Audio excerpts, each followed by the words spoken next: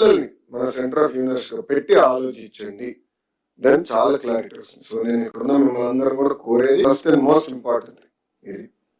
రెండోది, dash board ఎట్లుగో మీరు అందరూ చూస్తాం మొదలు పెట్టారు, ఇంకా దానిపైనే యాక్షన్ ప్లాన్ దిశగా మనం పనిచేయాలి. ఇప్పుడే సెక్రటరీ గారు చెప్పినట్లు ఏంటంటే అవుట్ ఆఫ్ స్కూల్ చిల్డ్రన్ 2 భాగాలుగా విడగొట్టినప్పుడు, ఒకటి నెవర్ ఎన్రోల్, రెండోది drop out. So drop out rate చూస్తే సుమారుగా 1,00,000 మంది పిల్లలు మన సిస్టమ్ నుంచి డ్రాప్ అయ్యారు. అంటే ఇటు పక్కన ప్రభుత్వ పాఠశాలలు కానీ ప్రైవేట్ పాఠశాలలు లేని పిల్లలు సుమారు 1,00,000 మంది ఉన్నారు. నెవర్ ఎన్రోల్ కూడా ఇంకా డేటా మేము ఫైన్ ట్యూన్ చేస్తున్నాం, అదొక సెట్. సో ఎక్కువ శాతం మనం ఎన్రోల్మెంట్ మీద ఫోకస్ చేయాలి.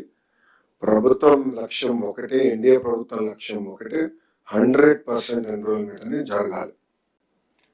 ఇప్పుడు కర్నూలు నుంచి వలస కార్మికులు ఉంటారు, ఇటు వస్తాం జరుగుతుంది. అది కల్లారనే పాదయాత్రలో కూడా చూస్తాం జరిగింది. I appreciate there are issues, కానీ ఇక్కడనే ఎన్రోల్ అవ్వాలి పిల్లలు. అంతేగాని పిల్లలు పొలం పనికి వెళ్ళే పరిస్థితి ఉండకూడదు. అది you have to be very very clear. So proper tracking mechanism అనేది చాలా అవసరం. ఇది ఒక నాన్ నెగోషియబుల్ నన్ను అడిగితే. రెండోది వచ్చేగల లెర్నింగ్ ఎక్సలెన్స్. లీప్ అని పేరు పెట్టింది అందుకే, learning excellence in Andhra Pradesh. Learning excellence తీసుకెళ్ళాలంటే guarantee foundational literacy and numeracy అనేది ఒక మిషన్ గా పెట్టుకుని పనిచేయాలి. ఆల్రెడీ మన కాలేజెస్ నుంచి ఇన్ఫ్రాస్ట్రక్చర్ నుంచి వచ్చి ఆల్రెడీ ట్రాకింగ్ స్టార్ట్ చేశాం, కానీ ఇన్స్పిరేట్ అమలు చేయాలి. సెక్రటరీ గారు ఒక మంచి మాట అన్నారు, వాస్తవాలు మనం తెలుసుకున్నప్పుడే సరైన నిర్ణయాలు మనం తీసుకోగలుగుతాం.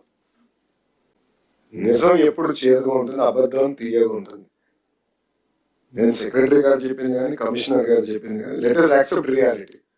ఒక్క నంబర్ కూడా ఫేక్ నంబర్ నాకు వద్దు, నాకు అవసరం లేదు. It is what it is.